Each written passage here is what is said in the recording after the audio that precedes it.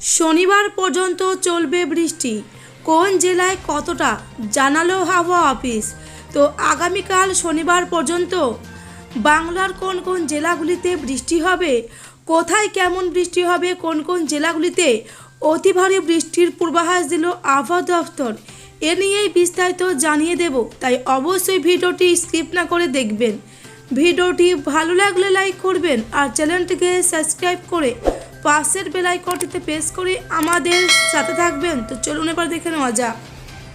পশ্চিমে ঝঞ্ঝা কেটে নতুন করে রাজ্যে শীতের দাপট শুরু হয়েছিল, তবে ফের পশ্চিমী ঝঞ্ঝা দাপটের কারণেই সেই শীত উধাও হতে চলেছে। শীত শুধু উধাও হওয়াই নয়, এর পাশাপাশি রয়েছে বৃষ্টির পূর্বাভাস।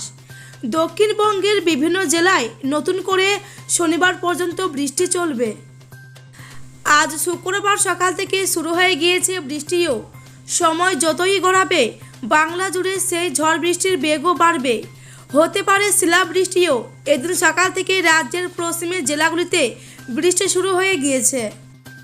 এদিন পুরুলিয়া, বাঁকুড়া, ঝাড়গ্রাম, পশ্চিম বর্ধমান, পশ্চিম মেদিনীপুর ও বীরভূম জেলায় ভারী বৃষ্টির সম্ভাবনা রয়েছে। কলকাতা সহ দক্ষিণবঙ্গের বাকি জেলায় হালকা থেকে মাঝারি বৃষ্টি হতে পারে। উত্তরবঙ্গের সব জেলাতেই এদিন ভারী বৃষ্টির সম্ভাবনা থাকছে। এদিকে বঙ্গোপসাগরে তৈরি হয়েছে একটি উঁচু চাপ বলয়। তার জেরে আগামীকাল অর্থাৎ শনিবার দক্ষিণবঙ্গের জেলাগুলিতেও মাঝারি থেকে ভারী বৃষ্টির সম্ভাবনা থেকেই যাচ্ছে। হাওয়া অফিসে আরও জানিয়েছে, বৃষ্টিতে আবার চাষবাসের ক্ষতি হতে পারে। অপরদিকে নতুন করে পশ্চিমী ঝঞ্ঝা ঢুকছে উত্তর পশ্চিম ভারতে। তামিলনাড়ুর উপরে রয়েছে একটি ঘূর্ণাবর্ত।